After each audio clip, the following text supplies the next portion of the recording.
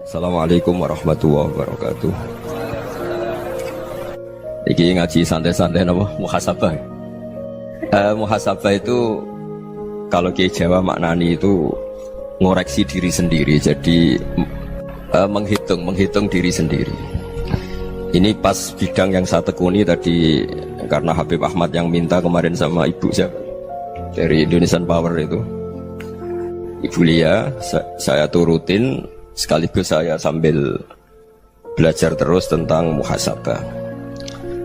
Dalam konteks Indonesia, muhasabah itu sudah jadi perilaku ya. Karena dulu orang tua saya, guru-guru saya kalau ngandani itu, bayangkan kalau kamu jadi dia.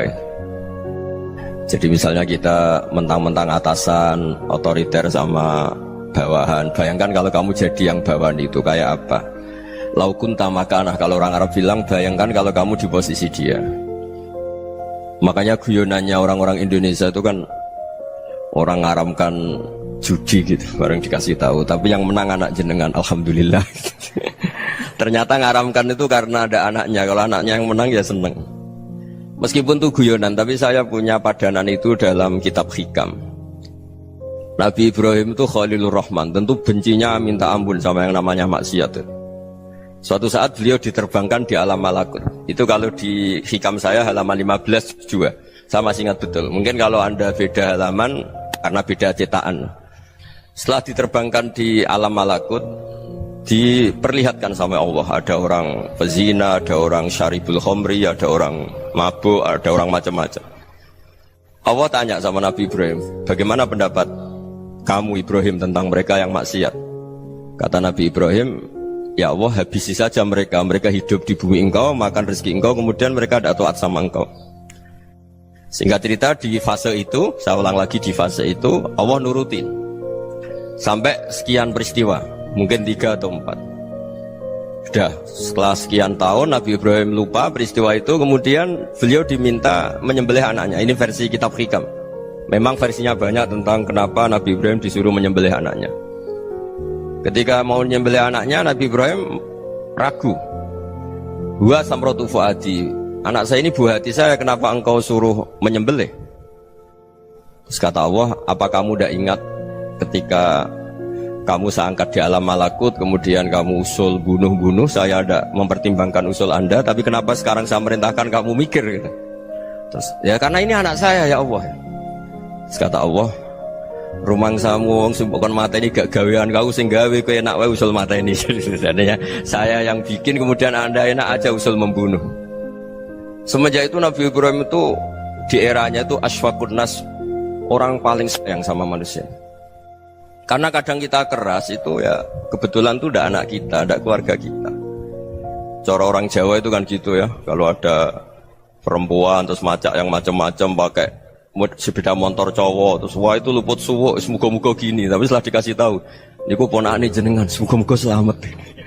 Jadi jangan-jangan kemarin ahli ma'asi itu kebetulan tuh tidak keluarga kita. Kalau keluarga kita yang pernah salah pada kita, semangat kita mintakan maaf.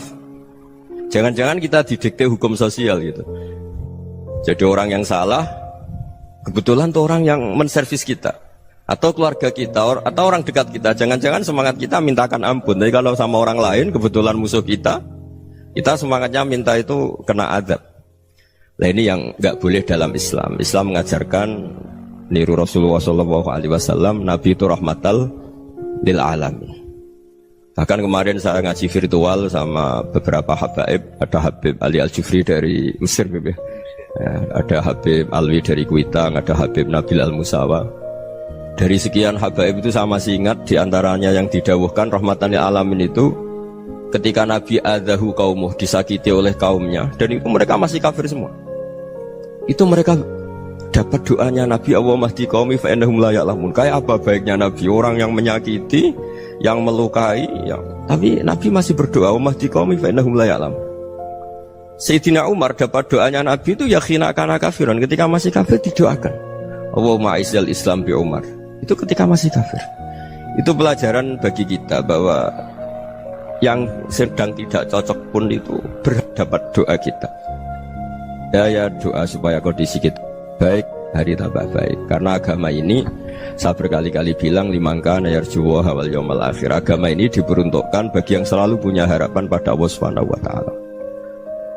Saya cerita muhasabah ini tentang hubungan kita dengan Allah.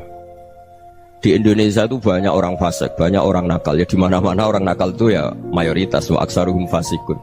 Tapi berkahnya harapan. Mungkin saya kira nakal sok benda, mungkin saya kira sholat sok ben sholat, mungkin sekarang belum sakhok, belum dermawan, suatu saat dermawan. Barokahnya itu kefasikan ini dianggap sementara, sedang fasik, sedang tidak benar. Karena kiai-kiai kita, para guru-guru kita, para habaib utamanya itu mesti bilang semoga husnul khotimah. Nah barokahnya doa itu semoga husnul khotimah itu menjadikan satu pola sosial. Yang sedang fasik ini masih diharapkan jadi lebih baik, jadi lebih. Sehingga kita tidak ngambil sikap ekstrim, yang ingin menghabisi atau ingin mengadili, tidak. Karena selalu kita punya harapan. Dan agama ini limangka nerjuwo hawal yawmal akhir. Bayangkan itu kalau yang nakal itu anak kamu. Pasti kamu nggak ingin kan langsung dapat azab, dapat apa. Padahal kita semua jadi tokoh ini abul kulli, bapak dari semuanya.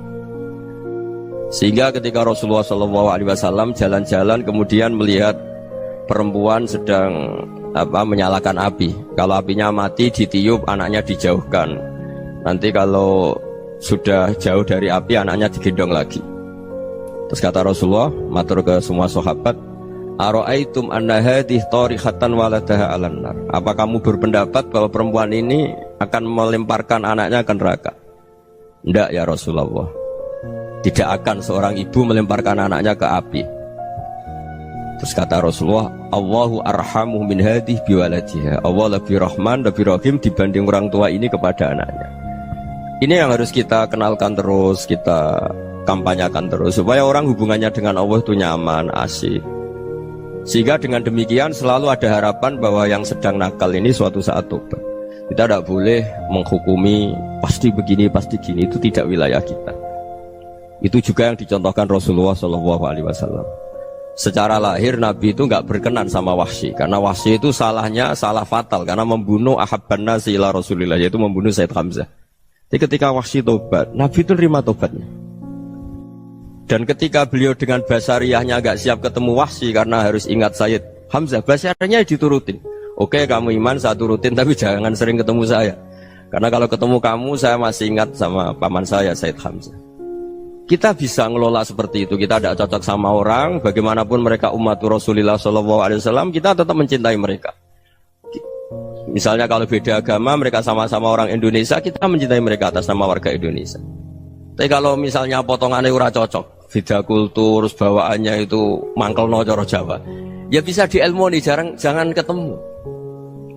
Wong sudah tidak cocok, ingin ketemu nyari solusi. Roh ini tok seneng itu kan ya repot itu. Ya sudah kalau nggak pati cocok ya jangan sering ketemu. Dan itu kita bisa memanage seperti itu tuh bisa. Saya berkali-kali cerita tentang Imam Syafi'i. Kalau dikasih tahu ya Imam Abu Abdillah, panggilannya Imam Syafi'i, tetangga anda ini ternyata banyak yang nggak senang anda. Jawabnya beliau senang. Ya bagus kalau nggak senang saya, ndak utang saya katanya.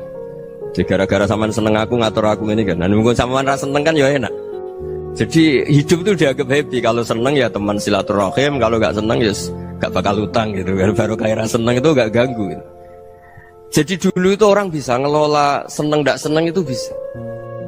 Karena ada kearifan hubungan dengan Allah Subhanahu wa taala. Hidupnya selesai karena masyghul bi dzikrillah, mereka sibuk dengan Allah. Makanya kata ulama-ulama tasawuf, kamu jangan melihat manusia perilakunya, tapi kamu juga harus ingat yang gerakkan semua itu Allah Subhanahu wa taala. Dengan demikian kita farah, kita senang. Makanya Nabi kalau ngutus Anas bin Malik kemudian nggak kesampaian yang diinginkan karena Anas main. Ketika garwa-garwani Nabi agak tersinggung, Nabi andaikan Allah menghendaki yang saya inginkan kesampaian, pasti itu kesampaian.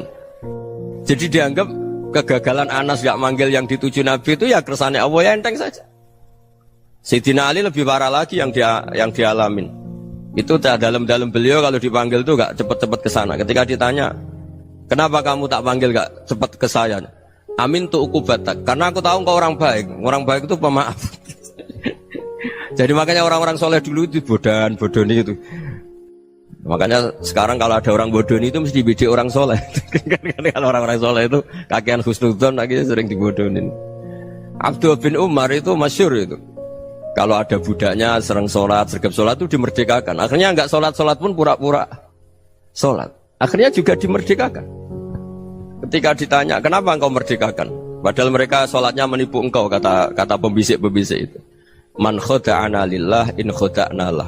Dia nipu atas nama Allah, berarti saat tertipu juga atas nama Allah. Gak masalah dong, semuanya demi Allah Subhanahu wa ta'ala. Jadi ketika kita ketemu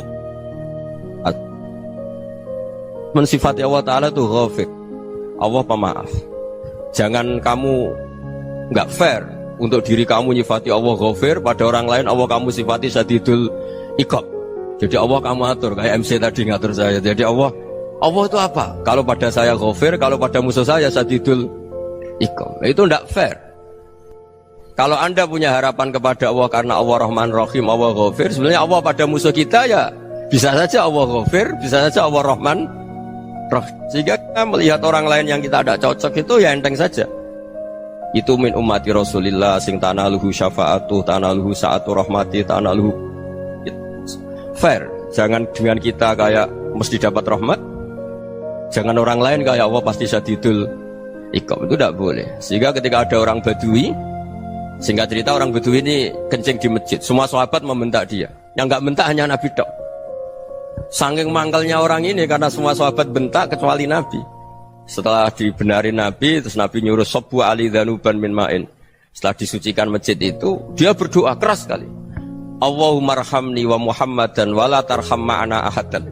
Ya Allah, yang berhak dapat rahmatmu hanya saya dan Nabi Muhammad, yang lainnya jangan gitu. Karena yang lainnya itu jengkelin, gitu aja saya salah dimarah-marahin gitu. Jadi kalau kamu doa terbatas ya kayak orang Bedui ini, kayak orang Arabi. Apa kata Nabi? Laqad tahajjarta wasi'an. Allah yang rahmatnya luas menjadi kamu sempitkan. Karena kamu mau atur Allah hanya Rahman pada Indonesian Power, pada NU, pada kita, yang orang lain gak perlu dapat.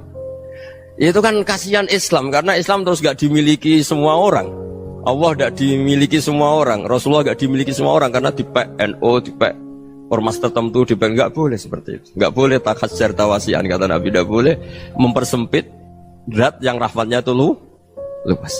Ini semoga etika ini kita pakai di Indonesia. Yang sedang fase kita harapkan lebih baik, yang sedang nggak dapat hidayah kita doakan dapat apa? Hidayah. Masyhur kan, makanya tadi saya mohon sama Habib Ali supaya Habib Ahmad supaya tetap mahalul qiyam tabaruk sama Habib Ali. Di antara doa-doa di Simtud Duror masyhur itu antuqa bilal mudhriba minnah bil ghufran wal musi'a bil ihsan. Jadi harapannya para habaib, para orang-orang baik dulu ya, semoga yang dosa itu dimaafkan, yang sedang salah dibuka, bikin lebih baik. Nabi itu tugasnya juga gitu. Wastaghfir li dzambika walil mu'minina wal mu'minat. Nabi itu tugasnya juga memintakan ampun yang sedang salah. Nah ini cobalah jadi etika kita, muhasabah kita. Jadi muhasabah itu cara berpikir kita set, kita pikir ulang. Ternyata semangatnya seorang Nabi itu wastaghfir li dzambika walil mu'minun. Semangatnya itu memintakan ampun. Orang ahli tafsir tahu semua kalau Nabi itu tidak mungkin dosa. Jadi itu khitabun Nabi wa urida bihi ummatu, itu khitab Nabi, tapi yang dimaksud itu umatnya, karena Nabi tidak akan mengalami dzambun, tidak akan mengalami dosa. Sekarang enggak, kadang-kadang kita ini kalau orang lain salah itu semangat. Kalau di perusahaan ada teman salah, apalagi pimpinan salah itu seneng, barokahnya salah bisa ganti kan gitu. Ya jadi kalau mungkin di dunia tokoh juga gitu, barokahnya ada tokoh salah, kita yang jadi populer sendiri, tidak boleh seperti itu. Kita harus salimus sodri di jami'il muslimin. Jadi ini harus dilatih. Saya tadi matur sama Habib Ahmad, latihan kita jadi hidup. Nabi itu kalau resep jadi wali itu kata Nabi gampang. Kata Nabi, kalau kamu ingin disenangin Allah, ya sudah. Kalau kamu asbahta wa amseta gini-gini, perasaan kamu, kata Nabi, jangan punya perasaan ghil sama orang muslimin. Itu sudah wadzalika min sunnati. Makanya Nabi ngendikan la yablughni ahadun an ahadin syai'an. Ada yang baca la yuballighni ahadun an ahadin syai'an. Seseorang jangan melaporkan ke saya tentang salahnya yang lain. Fa inni akhruju ilaikum wa ana salimus sadri. Karena saya ingin ketemu sampean semua dalam keadaan salimus sadri, tidak punya perasaan apa-apa. Karena kalau nurutin pembisik, nurutin informasi itu ya repot, karena orang pasti sepihak. Ada kiai yang top datang ke kampung-kampung ning desa-desa, kata yang seneng itu punya akhlak. Wah itu bagus orang besar datang ke kampung-kampung. Kata yang nggak seneng,